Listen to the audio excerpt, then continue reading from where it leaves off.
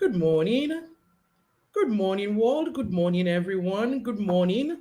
Thank you for joining in. Welcome to another exciting episode of your favorite female centric program, upyou with Ezine, where we bring you insightful conversations on empowering women.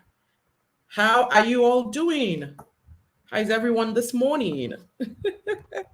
Okie dokie. Take your flowers, everyone. You successfully lived January 2024. Today is the last day. January, they say, is the longest month of the year, and you have successfully lived it. So take your flowers, everyone. Yes, yes. So we have a thought provoking topic in store for you to wrap up our month long discussion on recalibration. Our topic today is Woman Recalibrate, Unveil, Review, Redefine, Relaunch. I'll say that again. Our topic today is Woman Recalibrate, Unveil, Review, Redefine, Relaunch. What a fitting topic to wrap up this whole conversation we've been having all of January. It's up here with Ezini, and I'm here to keep you company as usual.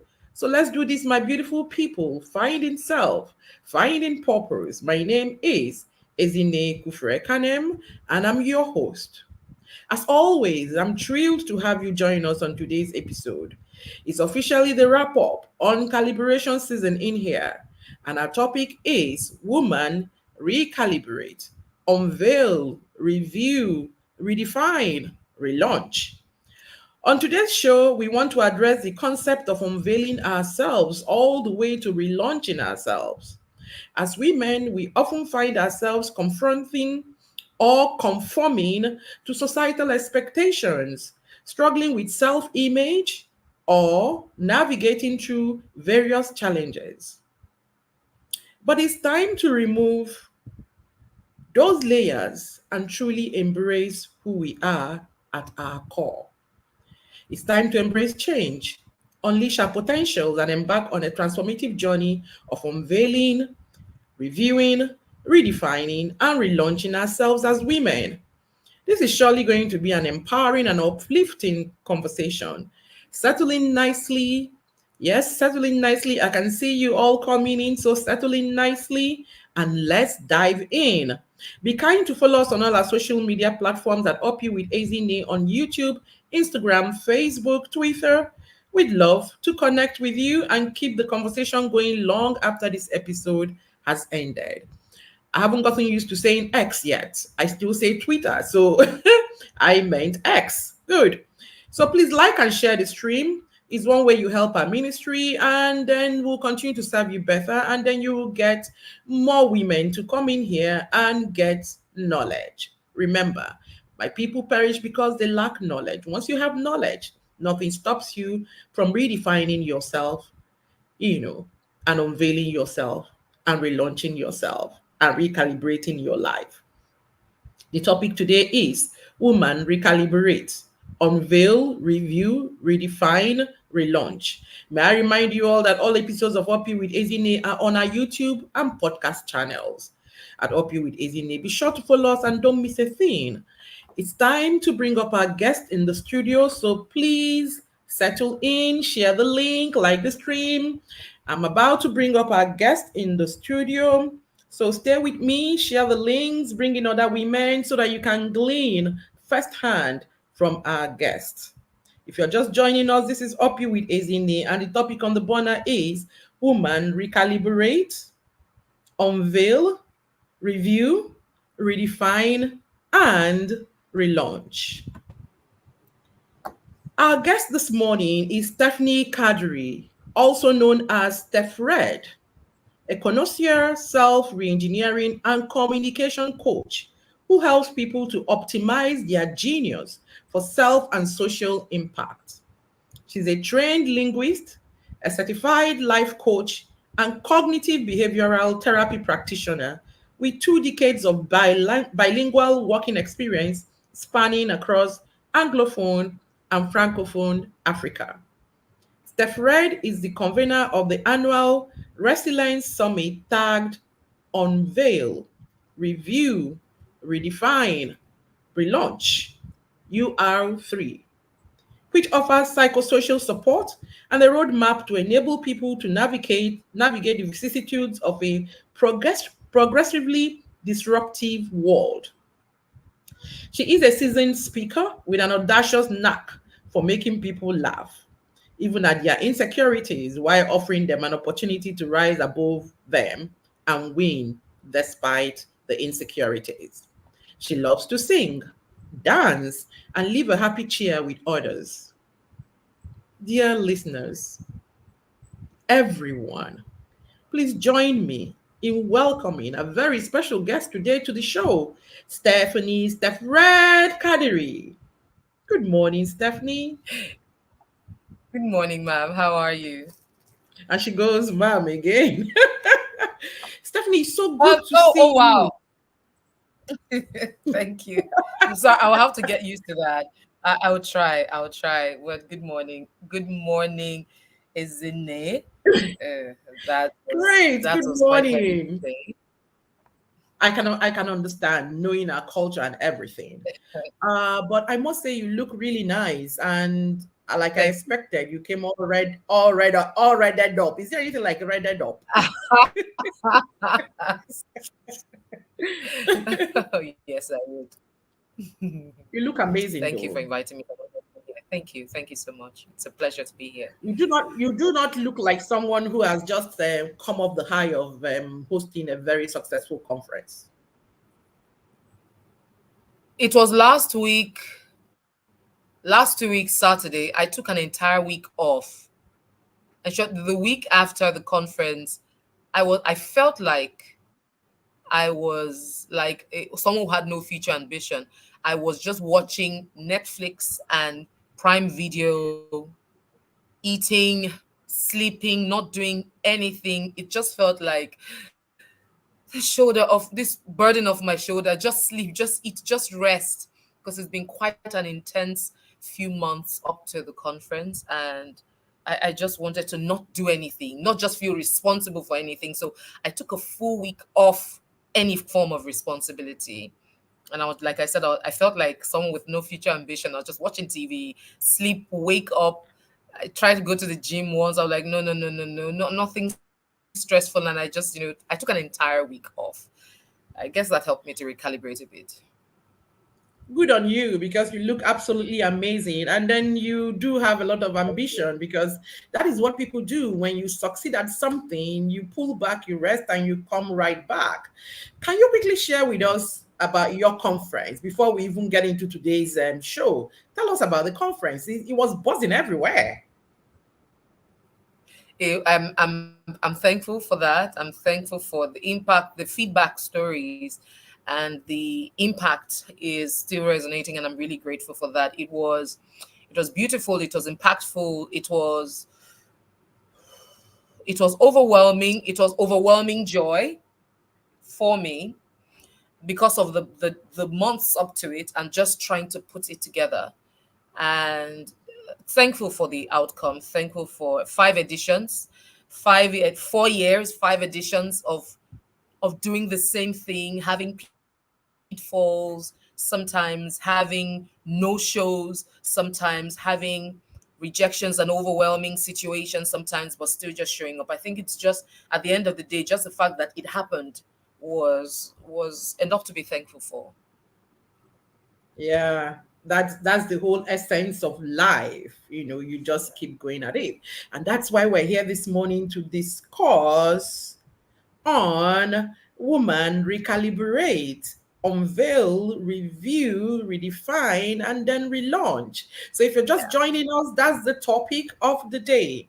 Woman recalibrate, unveil, review, redefine, relaunch. Good morning, Adebayo Janet. Good morning, Stephanie Durosumi. I see you. Welcome to the stream. Please share, like, and share so that we can get more women in here. And if you come in, please leave us a message so I can say hello to you personally. So, Stephanie, are you ready? I am. Good. I was So, born can you share ready. with us? What did you say? I said I was born ready. Oh, I love that. So, could you please share with us your perspective on the notion of recalibration for women? How does it apply to their personal and professional life? Like you just said, thank you for that question. Like you just said, when the need to recalibration is really the entire process of going back to taking strength, to rebuild, to replenish empty spheres, or empty bodies, empty spirits, empty emotions, and to just refill, so that we don't end up giving away from. I like a particular illustration that her name is Lisa Nichols, and she said many times we're giving away from our teacups instead of giving away from our saucers. A teacup rests on the saucer, right? Mm. You're only supposed to, you are supposed to fill yourself to overflowing, to the point where it's your overflowing that you're giving out. At the point where you are out of overflow, you need to go back to replenish to the point where you now overflow more. And that is what recalibration is all about. What typically now happens is we just keep giving and we don't know when to stop. And we give up to the point where we snap, we lose ourselves, and sometimes find ourselves in a place of no return. So recalibration is really important. It is the time where you go back to your why, because in the process of engaging, you will feel overwhelmed. You will feel tired, and it's okay to feel tired. It's not just okay to be tired. So if you feel tired and you do not pause to recalibrate, you will be tired. You will become tired and you will feel like giving up. But when you feel tired, it's part of being human. Stop. Go back to, why do I need to keep running? And why am I running? Why do I need to keep running? What do I require to stay running? That's the process of recalibration. So you refill yourself, refill your sources to the point where you are now joy overflowing. Then you can come back and re-engage. Whoa, this is truly inspiring, Stephanie. I like this imagery that you just brought up, the teacup, because I'm sure that all of us can identify, can relate and identify to that. So you have a cup and you have your teacup, and then, of course, it's placed on a saucer, and then you pour your tea. If you give out of your tea, you have less tea. You keep giving out of Absolutely. your tea, you have less tea. So it's best for you to leave your tea where it is and keep pouring into your cup until it overflows into the saucer. And then you can give out of the saucer. In fact, no one says that you cannot even carry your cup and put inside a basin and then let the overflow, Exactly. let it Yes. overflow Exactly. so much that you can now continue to give. Oh, this is so amazing. Yeah. Thank you. Thank you. What Thank an opening shot. Mm. Okay. I like what you've said. You really cannot give from a place of not having, and you. then Yeah. it's okay to be tired. Sometimes we face a lot of challenges when it comes to, you talked about your why, you know, but let me even take you back a bit to, who are you? Do Mm. women even know who they are? Have they even found their real selves? Have they even unveiled their real selves? Because sometimes it was Layla St. Matthew Daniels on this show too, who said to us that we all wear personas, and sometimes the personas become permanent, and we don't even realize that they're personas anymore. And then we really do not even know ourselves. So, can you please tell us some common challenges women face when it comes to unveiling their true selves, and how they can overcome these challenges? Because it's important that we unveil our true selves. I was trying to open up what I typed. So when I'm walking, I muse a lot. I'm always musing, and in those moments, I Mhm. quickly write down and then I come back to review it. And when you were just saying this about taking on several personas, and I'll just state this before going ahead. I said, if anyone, by being who they are, Mhm. impacts you negatively from being who you are, then you probably never knew who you were. And Can resilience somebody uses please put this disruption in of, the? sorry, No, go ahead. I was saying someone should please type what you're saying. If anyone impacts you negatively, I please said, say it again. if anyone by being who they are impacts you negatively from being who you are, then you probably never knew who you were. And Mm. what happens many times, I've seen a lot of people who say, oh, they're taking me for granted, oh, never, and they just change. I used to be like this, but not anymore because of what life has done to me. The question now is, True. did you really know who you were? Because disruption should not, or I mean, disruption or adversity, which is what could be either what somebody does or what you experience in an environment or what somewhere or what something happens to you, should, as a matter of fact, fortify your container and solidify your content, not change your content. So while your modus of operation may change in the course of engagement, the essence of who you are should never be changed. So the question is, which is where what comes to know why I chose the name Unveil, Review, Redefine, and Relaunch. When life happens to us, positively or most often negatively, when it happens to us negatively, we tend to define ourselves by the failure instead of evaluate ourselves in the failure or through the failure. And by defining ourselves, we say, this is who I am. Oh, I'm a failure, or all people hate me. So because of that, I'm going to be. We begin to take on their identity. So that means that person has a stronger power over you because you have changed as a result of what they did to you. So you are responding to them from their place of control, not from your place of control. So coming back to the point of who are you, that is one of the most difficult questions. And that's always one of the questions I ask first when I'm engaging any of my coaching or therapy clients. Who are you? Because who you are at the core is what you is at that point is what will help you progressively engage regardless. So you come to the point of when you have engaged and you are feeling tired, you come to that place of recalibration. When you feel tired, the most important thing should be, why did I start running? And I'm using the race. Life is a race. Mm-hmm. Why did I start running? Who am I in this race? And the ability to define ourselves, many times when you say, who are you? Some people would say, oh, I am Mrs. or I am Dr. Mrs. or we define ourselves by an acquisition or a title or a status, societal status, or the money that we have, or the Gucci clothes or the designer clothes we can buy or acquire. But if all these things were to be stripped away, who are you at the core? If you cannot define that, the moment you lose any of these things, you will feel invaluable. And that is where most of the times hope is lost.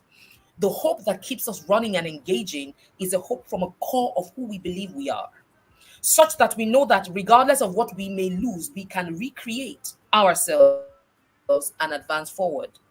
So, coming to that place of redefining ourselves is a question that we must progressively answer. This is who I am. This is why I am engaging. This is where I want to get to.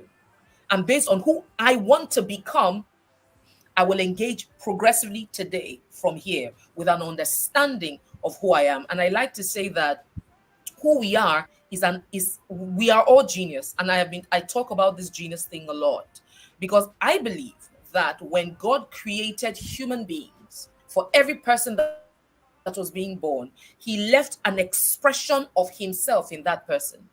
So Correct. that expression is what makes you genius. So God is all, we can't we can't comprehend his existence because it's not enough for one human mind. So whoever you are, wherever it is that you are an expression of his genius. So I have an expression of a genius that you don't have. You have an expression of a genius that I don't have. So we are all supposed to be shining from our place of genius to impact the world and show the world how ultimately genius he's not a person, one entity he is, because he encapsulates all that we are in him. And we are supposed to show up with that aspect of our genius. That is who we are when we're able to define it to the gifts and the talents and the abilities that he has given to us, and we're not able to engage from there to impact our world. That is how we define who we are. But when we miss out on that place of or we are not able to define that place, the moment we, even in the place of recalibration, we are not whole. We're not made whole from recalibration. We go 1 week, even on vacation, we're still feeling tired. We're still feeling overwhelmed. We're still feeling this inertia to want to engage because we have probably not come to that place where we are full of ourselves. I know our African parents, don't be full of yourself. If I'm not full of myself, I should be full of you. Who I should have I to be be full of? full of who should I be? So I have to be full of myself. Being full of myself is embracing the fullness of my identity, the genius and the uniqueness that I carry, so that I can impact myself, my world from that place. And we are all supposed to do the same. Did I respond to your question? Thank you, Stephanie. I must start by saying that I love your choice of words.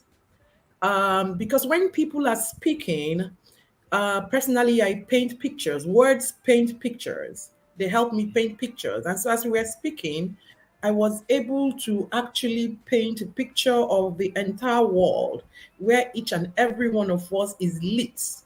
We are lamps. We're shining because we're all made in different, we all carry different dimensions of God's genius. And so if everybody was in their lane, running their race, trying to understand themselves and unveil themselves, we would be living in a magical world. And I think that's what God had in mind. You know, Absolutely. I hope that everybody is listening and then understanding all of this. You see, unveiling is the first step. You know, that's where we start from. We unveil ourselves. And as women, we often face challenges that make us to reevaluate our lives, our relationships, and our careers. You know, these moments of reflection can be daunting, but they Mm, often also lead to what? Growth and progress if we do not run away from it. So, where to begin to recalibrate your life as a woman is to begin to unveil yourself. Like the onions, you keep removing the peels, the layers, and everything until you find your core, which is what Stephanie was talking about. And then when you find your core, you don't stop there. That's what she meant by you go on holiday and come back and you still don't feel like engaging. You have inertia. You may have found your core, but you don't even, you have to go to the next step to now say to yourself, so what else? So, Stephanie, mm, since you brought it up, could you please share with our listeners some insights on how women can begin the process of unveiling their true selves? Because what we do here is to give people practical tips that they can run with. Everyone can come to your coaching class. All of us are not at the same place in life, but we can give a little, some tips that can make them go home and introspect and start that journey and begin to seek more knowledge for themselves. mm. Okay, so let me use the UR3. Let me use that acronym to just talk about the process of reviewing ourselves and of engaging Mhm. ourselves. And I believe it's something that we have to progressively do. So starting from through every phase in life, whether you're going through a great time or you're going through whatever type of time it is, we have to progressively unveil. The process of unveiling requires that we ask the question, who am I? Where am I? How did I get here?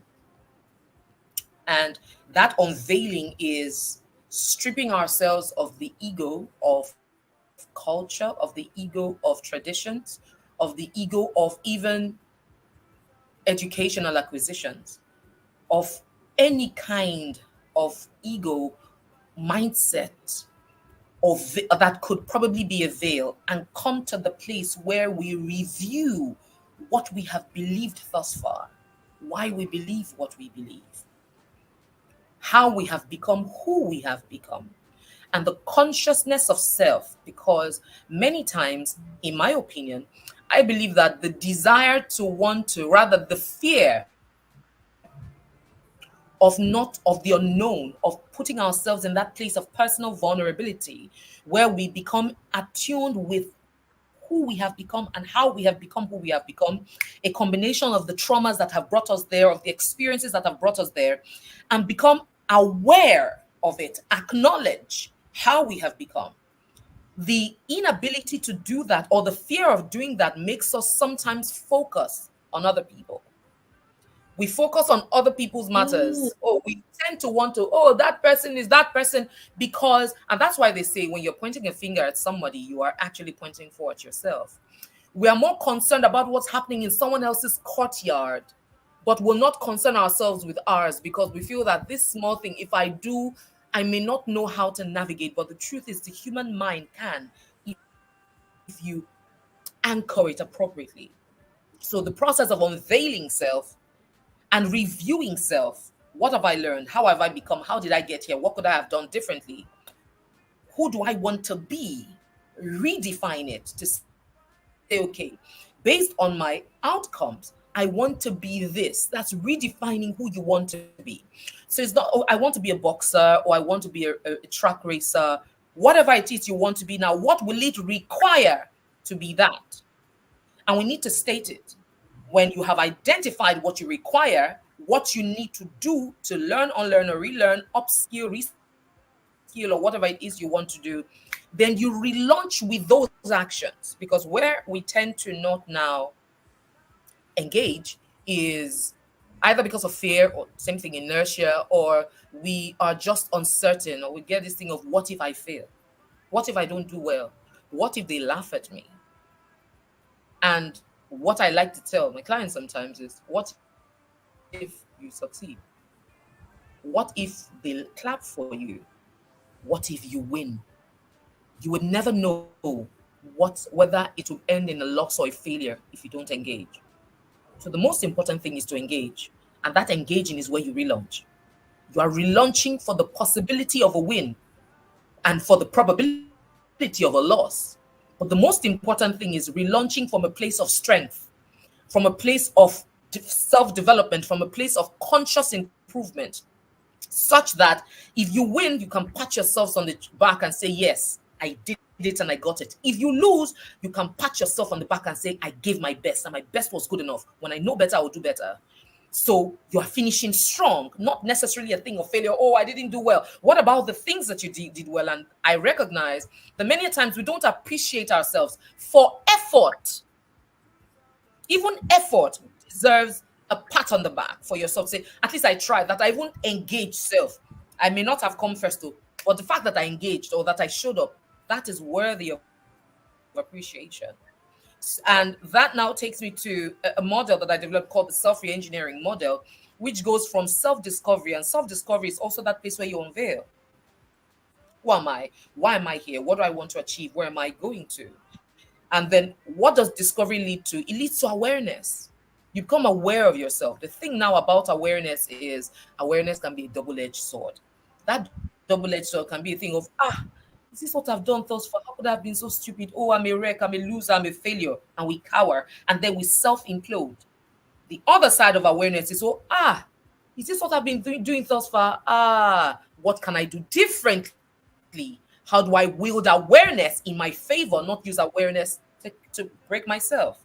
That awareness now moves us to the place of self appreciation. Appreciate your journey thus far. Appreciate how much you have engaged and what you have done.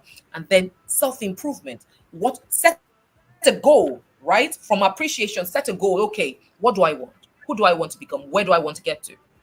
Based on that, set a goal based on your anticipations, on your goal. Rather, begin to prepare strategies. If I want to be the president, I met someone say, I want to be the president of Nigeria in 5 years, and this was a core member. And they were like, in 5 years' time, are you part of any political whatever? No. So in 5 years' time, it just happened. So we just throw a time in the future, I will be that. But what is the process to getting there? We just say, oh, I'm going to be the first lady. There is a process to becoming the first lady. There's a behavior, there's a character, there's a level of knowledge required to be the first lady. There are several things that need to come into place. What part of those things are you? Are you at the beginning phase, the middle phase? Are you in transition or the end phase? Where are you? And when we are not able to break these things down, we just find out that we set 2020 comes and goes. We set 2025, we just keep pushing it, but we never attain it because we didn't specifically say what we're going to do, how we are going to engage, how we are going to show up so that we can take those things that we have desired for ourselves or that we desire for ourselves. for ourselves. So when you have set a goal, then you self-improve. From self-improvement, and improvement could be okay. There are some things I know that I don't want to know again, that they have not helped me thus far based on my evaluation, based on my review. So I want to unlearn those things and reskill. I want to relearn some things. I knew it before, I don't know it again. I need to upgrade myself. This one, I don't know it, but I need it. I need to be a first lady. And to be a first lady, I need to do, what are the first ladies of the world? What do they have? What do I want to bring to that one? I need to prepare. So when you prepare all those are the part of self-improvement. You are learning. You need to go back to school. If you need to acquire a new skill, do all of that.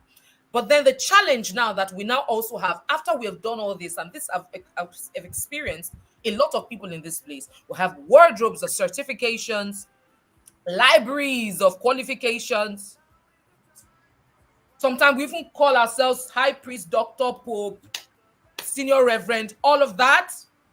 But we still are not able to engage from a place of genius because of the fear of the unknown, because of fear of what if I fail, because of what if they laugh at me, because of my village people, nobody has ever done it before.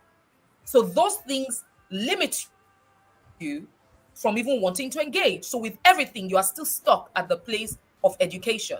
And what you do not apply, you will not grow with. So it's not the place of application. Beyond just improvement, apply. Show up, fail with it if you need to. The thing about failure is it will teach you how not to do something the same way again. You would definitely learn something new that you can propel yourself forward with. Okay, I did it that last time. Okay, I will try again. Not like as though I did this, I failed, I won't do it again. It's not for me. Who said so? Who defined that? And then when you have consciously applied yourself, consciously engaged yourself, you self-evaluate. And evaluation now is the result of your engagement compared to the anticipated goal that you set for who you want to become. Now, if in the course of evaluation you find out that you met your goal, that means you have attained self-mastery on that level. If you didn't achieve your goal, go back to appreciation. Appreciate yourself. You tried. At least I tried. I may have failed, but at least I tried. It's not easy. Maybe for us, it's not easy to be trying to do PhD in old age. I tried. Let me try it again. Right? And then you go back, review, and if you eventually meet mastery, hit mastery, but that's mastery on one level. And sometimes the fact that we have achieved success on one level, we think we have achieved success on all levels. So we get to another level where we don't have experience and we bluff. And we mess up because we think that because we have succeeded on one stage, we can succeed on all stages. But with a new stage comes new expectations, new challenges. What would you call it? New devils, new levels, new devils. So do you have the capacity? And I like to talk about David a lot. That is it David? Yes, now. The reason that David could challenge Goliath was because Goliath looked like a lion, like a bear that he had dealt with before. He could challenge the bear because the bear looked like a lion that he had dealt with before. So one of the things that threatens us to come to the table is actually a lack of competence. If you feel afraid or you think you're losing courage, it is because you lack competence. What you should do is in the process of unveiling yourself, ask yourself, what do I need to build capacity in the place of reviewing? What do I lack competence in? What do I need to build competence in? So when you build that competence, is now to show up. It's the courage of having, I have built competence. Well, the Bible didn't say whether maybe he had seen fox before. Maybe he saw fox or saw hyena. So he could deal with them, but just took it to the last three biggest. Lion, Goliath, lion, bear, Goliath. So you can look to your back to say, what have I won before? And I want to use the opportunity to ask everyone. Sometimes we're looking to just win, but we're afraid to engage because we think, we've never done it before. Whatever the level of success you have achieved, there must be something you have done that well. And part of appreciation, you have to learn to write out what you have done. And I challenge everybody, take out a pen and a paper, write out every single thing from when you had sense, something that you won in, something that you did well. Everybody has one. The thing is, we downplay it. We see what every other person is doing, and we think theirs is better. So we never stop to acknowledge our badges of honor. Even if it's a debate that you did well in secondary school, that is the evidence that you have a capacity to do debate. So go back and check, what is that thing that I can do? I did something then, no. Because it wasn't a world stage, you think it wasn't good enough, that's to go to world stage. Some things need to go through local government stages first before it gets to the world. And it helps you to build capacity and tenacity and content so that when you show up, you are ready for whatever comes. So go back, write, begin to write. What are the things that I have? What are the things that I have succeeded with? David could say, "Oh, I have this thing for the love of my sheep. This lion we fight." When he succeeded with the lion, and then bear came. Say, "You're a bit bigger, but you're just as ugly and as ferocious as that lion I killed. If I could kill that lion, I can kill you." And then when it was Goliath, if I could kill that bear, then I can kill you. And then when it was Goliath's brothers, well, if I could take down your brother, well, I've taken down a giant. So I can just call myself a giant killer and just be taking down giants. And then next it to be nations. Oh, if I could kill those giants, these nations, I can take them. So it's now to begin to build capacity. Zig Ziglar says, fear is forget everything and run, or figure out everything and rise. If you find yourself running, then you need to build capacity. If you find yourself, so it may also be figure out everything and relaunch. That means you're stepping back, you're not retreating, you're not surrendering, you're not running away, you're just retreating to build capacity. And part of that is also where recalibration comes in. Recalibrating to build mental, emotional, spiritual, physical capacity so that you can relaunch. So in all of this, I believe that if we're able to come to that place where we are conscious of self, we are too conscious of other people. We're too conscious of what, oh, this person is doing. What are you doing? What is that thing that you have chosen to make out something with? When I contemplated suicide, when I was fired from a job in 2017, it was that thing. It was the ability to look back and say, what do I have? Or even if there's no victory, what is the victory in my past? And for me, it was the victory of my mother to say, if she could do it, I don't have an excuse. So suicide is not an option. And we have to begin from now. It's not at the time of adversity you begin to think, because by that time you may be too weak. In your days of strength, just like Joseph did, begin to save for the rainy day, whether you know it's coming or not, so that in that time you would have had a reserve that even when you are weak, your spirit can be praying for you because you can't open your mouth, because you are overwhelmed. In that phase of my life, it was the ability to look back and say, my mother has gone through similar. She survived it with 5 children. I don't have an excuse with 2. So I will engage. And that is where I actually came up with that personal mantra that moves me, that I will engage. And no matter what comes or goes, no matter what gives in or doesn't, I will not give up until I win. And even if I don't win, I'll finish strong. Let it be that death meets me trying, that death meets me just waiting for it to meet me and take me away. And that is how you exhale when you've just been to a master class you didn't plan to attend. You didn't know what's going to happen. Stephanie, you just taught a master class in how many minutes? Oh my God. Everyone on this call, I hope you are grabbing this, because honestly, it is not any better than this. What she's just said to us, and by the way, well done for overcoming. I like the fact that she has just used several levels of knowledge to teach us. The most and the highest being experiential.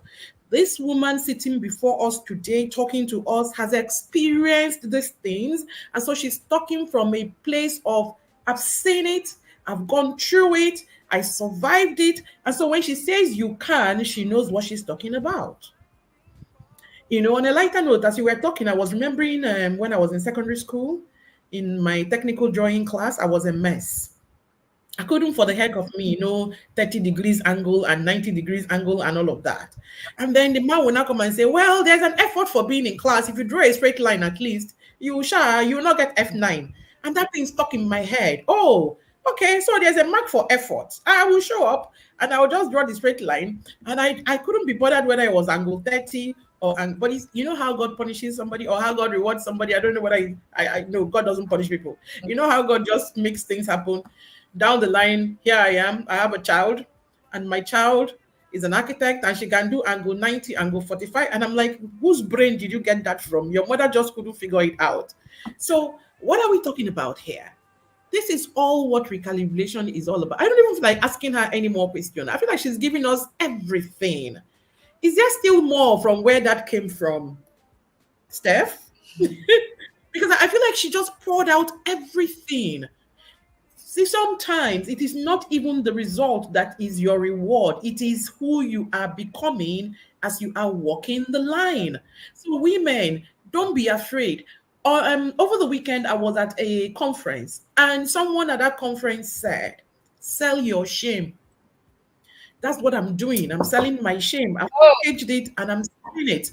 You see, because when you keep saying, what would they say? How would they judge me? How would they see it? Honestly, you're closing your mouth, you're closing your destiny. Tell your permit me story. permit me to say permit me to Please go say ahead. I have an OIS. I call it OYS, own your shame. And when I say own Mm, your shame, is you have owned it. Nobody can use it to shame you anymore. The thing now exactly. is process of self-review, of that place of reviewing, unveiling, is unveiling the shame, unveiling the societal stereotypes that may have affected you negatively or positively, or that is making you not to want to show up. Embrace it. It's a called acknowledgement. Healing can never come without acknowledgement. And many of us are so beaten down by shame that we're in a lot of personal trauma, self-inflicted trauma, plus the environmental inflicted trauma. Exactly. And you And we don't, take and we are communicating exactly. trauma, the way we speak to people, the way we engage with people, the way we assume of people. It affects even the relationships, significant relationships that we have, because we have not healed from both environmental trauma and self-inflicted trauma. That self-inflicted trauma is the refusal to forgive self and to acknowledge what has happened to self. So the thing now is, when you have real whatever the shameful thing is, you got raped, you got abused, you were abandoned, you were beating domestic violence, whatever it is, or even maybe you were the abuser, you were the rapist, or you were whatever it is. In the place of unveiling, who have I become? All children are born tabula rasa, if there's any doctor here, except as a result of genetic defect. All children are born tabula rasa. We become my environment. We start becoming first from the biological environment where you have parents. We Our progressively families, become through institutional, yes, through the institutional environments where we have teachers, the educators, schools. and now progressively become through the societal environments where we meet our bosses, entrepreneurs, and leaders in society. So Correct. that means at every point, whether you have a child or not, you are a parent. How are you parenting? And if you go back to that's where you have, oh, it takes a community to build a child, because everyone is a parent. If you are a teacher, the biological parents are not there. You are the next level of parent, institutional parents. How are you parenting? And many a times we are offshoots of those things. We are carrying traumas from biological or institutional or societal parents that drop the ball consciously or unconsciously. Consciously, We now yes, have a correct. responsibility in the process of unveiling self, not just become who this is who I am. How did you become that? We became by experiences, by what we heard, by what we still hear, by what we saw, by what we still see, by what we experienced, and we progressively experience. So I may not be responsible for what has formed me to how I behave the way I am, but I am responsible for who I can become. When we get stuck and stay blaming, when we don't heal and we don't forgive and we don't move, we stay in the place of bitterness where we're blaming every other person. We're staying stuck in a past that is irredeemable, that is irrecoverable. There's nothing you can do that will change what has happened, but there's so many things that you can do that will redefine what can happen. So it's ability to take charge of this present and say, who have I become? Who do I want to become? What will I do? And it's a process of doing and progressively doing to become that thing. So own your shame. It's your shame. Everybody has their own. The fact that the sun has not shown on their own doesn't mean they don't have it. Life not turn by turn. When they reach their turn, sun go shine for them. So the fact that you know your own, and it depends on the pedestal that you're standing on, by the time your own comes to full bloom, their own too is coming. It will come to full bloom. But when it comes, oh, acknowledge it, take intentional action from it, and progress. Whoever wants to stay there is their cup of tea. If the whoever wants to make reference to it is their cup of tea, you move and stay moving. Thank you, Stephanie. Thank you so much for concluding that thought nicely. Now, let me take you to somewhere, to a word known as Resilience. Resilience. Who teaches a woman resilience? Who teaches a woman resilience? Mhm. It's like, it's like Where the do follow women go come. to learn resilience? No, it's What like did the you follow say? come. I say sometimes the follow come. Resilience is follow come, but it can be learned as well. Because So this is, go ahead, ma'am. I find that most women lack um, motivation when life hits them. Trailer Mm, load. Pim. They lack the motivation and they lack the resilience. You mm, see, because when I engage with women, what we're trying to do is to say, you know what, you're strong enough. You know what, mm, you've got. We're here for you. You know what, mm. you can ride this curve. You know what, there are just basically three kinds of people: those who have had adversity, those who have just come out of adversity, and those who are going to have adversity. So so on this curve, and this is the curve of life, that's the way it is. You have to find resilience. So for you to even begin to recalibrate, you need to have resilience. Where do women go to get this? Okay, so for starters, the reason why I may conclude that women don't seem to have resilience is because to we were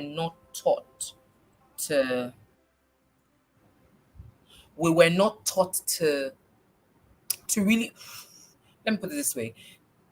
Growing up, the average woman was made to bottle up rather to not be the fighter.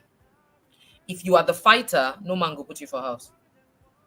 Mm, So even though we feel that need, one of the major responsibilities that's put on us is you have to take care of the home. It's your care.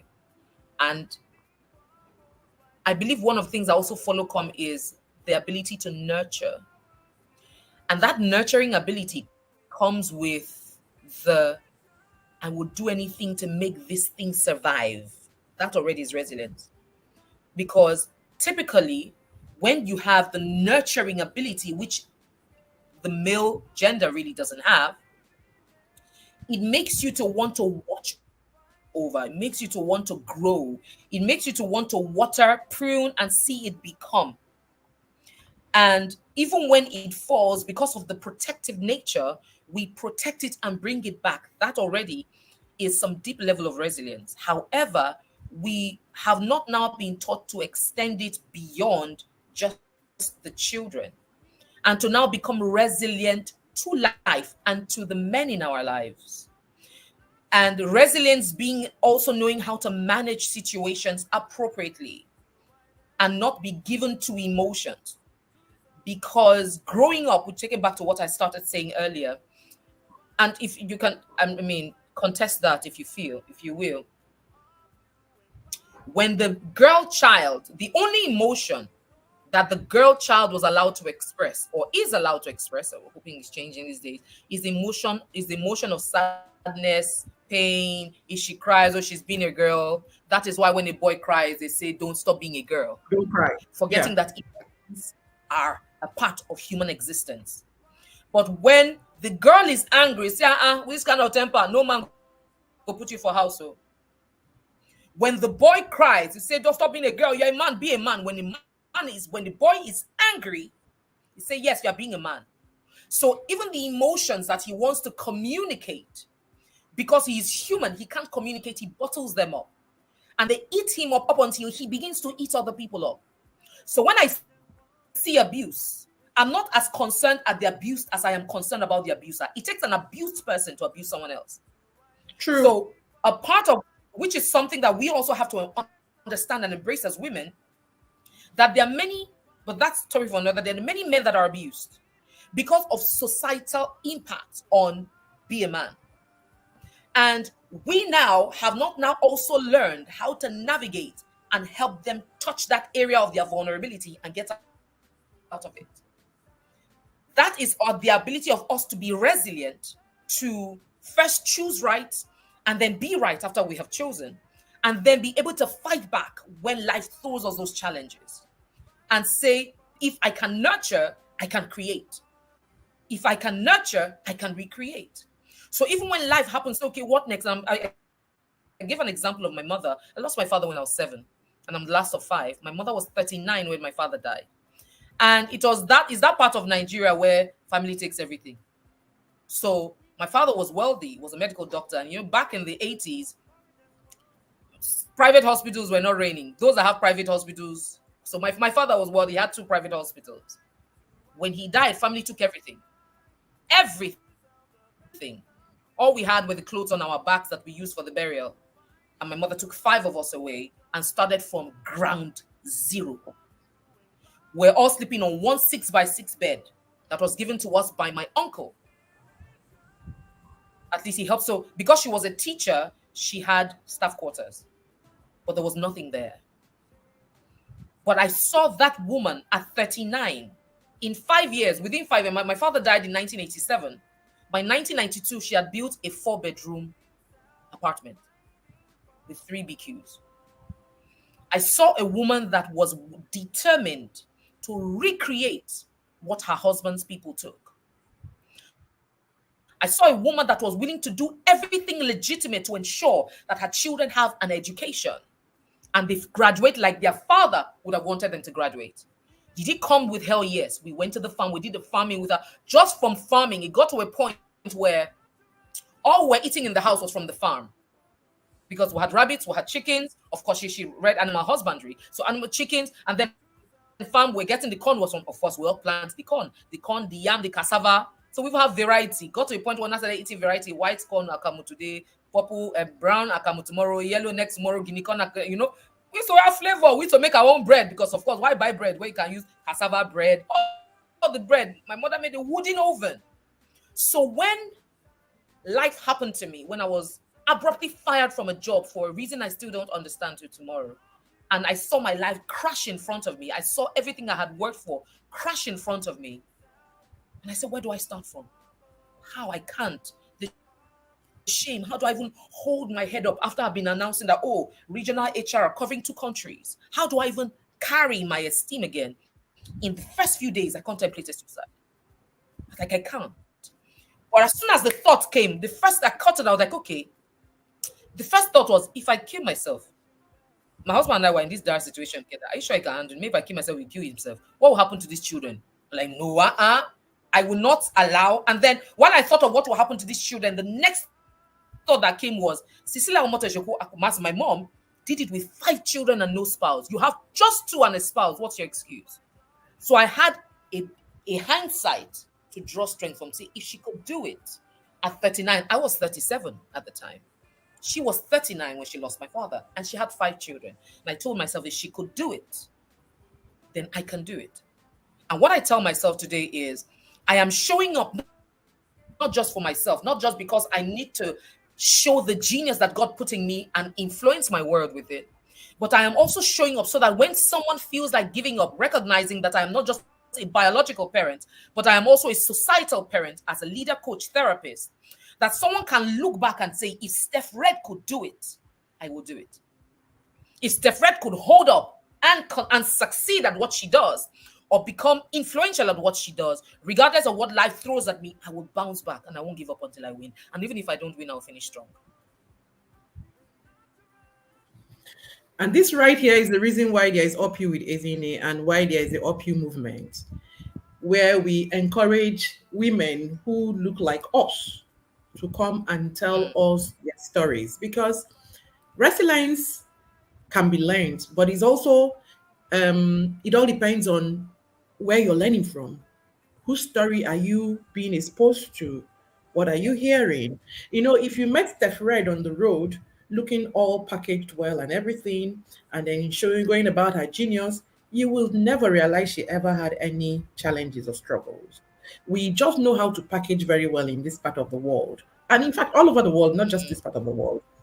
But the truth is, we as women need to learn to OYS and begin to share our stories, because once you Realize that your stories give people muzzle. It gives them permission to shine. It gives them permission to want to do more, to take on the bull by the horn and say, there is more that can be gotten out of me in this situation. I'm not going down yet.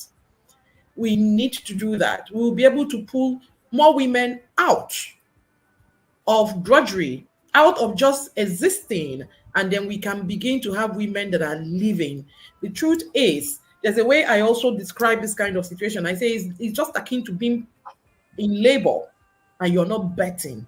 The pain is so much because you know somehow intrinsically that there is so much of inside of you, but you are not engaging. You're not, or you're unable to pull it out because of all the traumas and all the things that you are busy covering and covering and covering. Just uncover and breathe in fresh air. Recalibrate your life. And it's not, like Steph has been saying since she got on this show, it's not a one off, it's a constant thing. As you go from one level to another, you just have to keep recalibrating your life. You keep getting better, and the higher you go, the more frequent you have to do it. So thank you very much. As always, when you're having fun, time seems to creep up on you, and then it just begins to tell you that it's time to go, time to go. But you see, there's so much I want to ask you. Maybe we'll engage another time, but just allow me to say to you one last question. There is, oh no, two more last questions, Steph. Steph, listen, you talked a lot about Yes, ma'am. beliefs and everything, and then we know that there are things, this particular thing that they say nobody can stop you except you. It sounds like a cliche, and then people, we always say it, but we don't really break it down. And when you now come to how you can stop yourself, we have things like self-limiting beliefs, which you have been alluding to all through this Yes. conversation. And that brings me to the concept of the mind. I normally would say that the mind is a terrible master, but a good servant. And I found in my own experience that the mind is garbage in, garbage out. And more often than not, we allow our mind to bring out all the garbages to us. All the you cannot, all the you dare not, all the you're not good enough. And then we don't counter it with, you know, in fact, I keep saying that there must be a reason why the Bible says capture these thoughts. The Bible didn't say, ignore them. It said capture it. And when you're capturing something, you come with chains, you come with all sorts. You capture it and you throw it away into prison. That's what the Bible wants you to do with all these negative things that your mind tells you, until you can train your mind to be able to churn out the right ones. Please speak about the power of the mind and how it can actually make you that you know you can do. Your mind will tell you cannot do, and then you're right. When they say thank you, ma'am, thank you is in name. When they say you are you are what you eat, right? Dietitians say you're what you eat, but Mhm. ultimately you're what you think. You are Mm. what you think. You are how you think. And I like to give the illustrations that our minds, the human mind, is like a tree. You can't quite birds fly over it to and fro, but then do we now allow the birds to perch, build a nest, and have children? We cannot control the thoughts. Also, if you know the number of thoughts, I can't remember the number by statistic now, but it's in some thousands of thoughts that drop. Some you, by association, my environment, you begin to incline more towards a thought. That is why it says, as a you are Embark. a function of the association that you keep. So you become, if you are amongst five foolish people, you are likely the sixth. If you're amongst five wise people, you are the sixth, because they are speaking to your mind. And your mind is grabbing based on how you see, you think. So it is when you engage with our senses. We have five senses, and it's not just a matter of sight.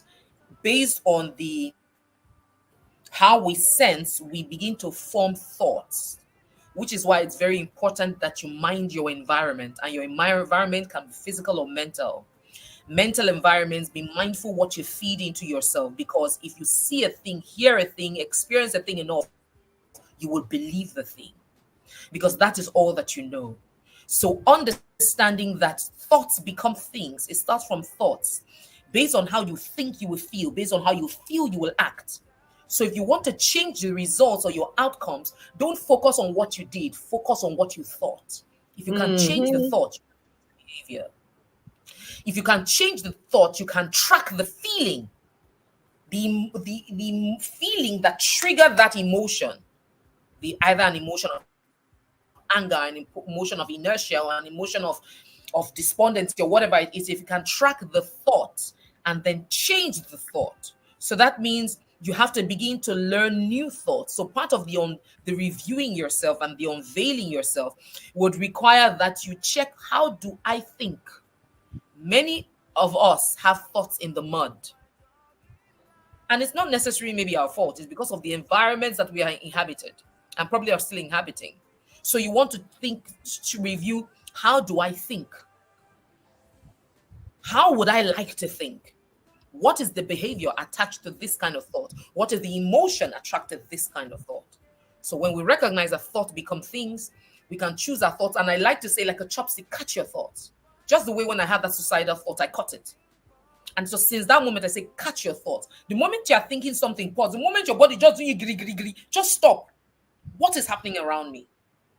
It's either something is triggering something. Why am I feeling the way I'm feeling?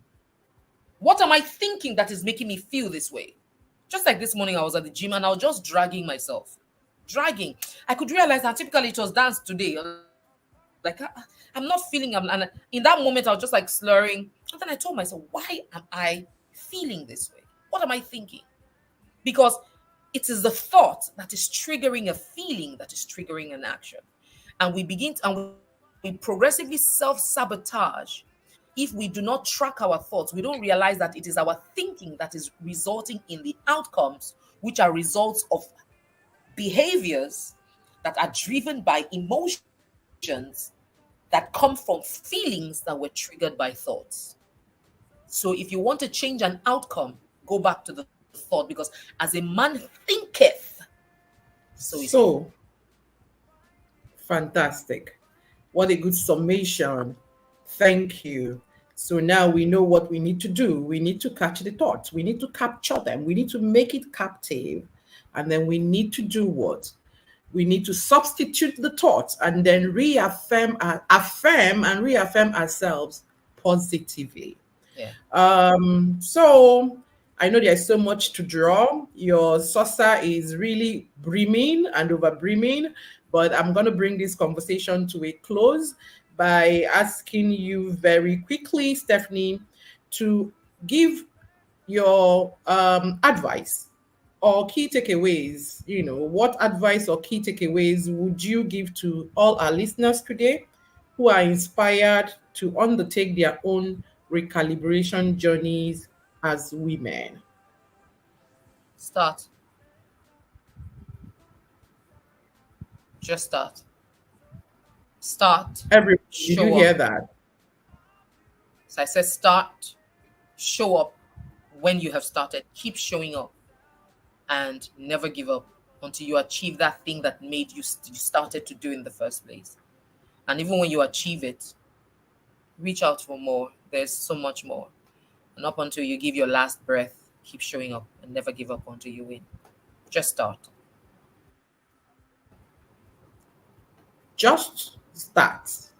In fact, that should be a new mantra, just like Nike. Just do it.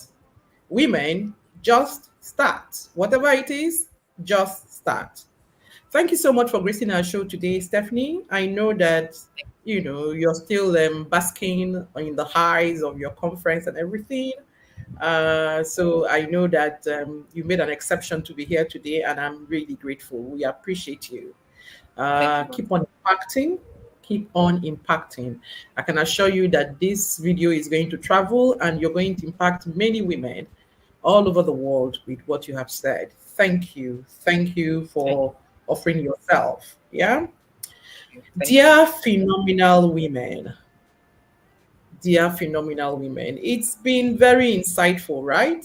I'm sure it's been very insightful. But in closing, let me reiterate what Stephanie has been saying and all that she said. The idea of unveiling oneself is certainly empowering, but is only the starting point. We need to recalibrate and recalibrate the entire process from unveiling to reviewing to redefining and then power on to relaunching ourselves. Only then will the process of calibration be said to be complete for that season.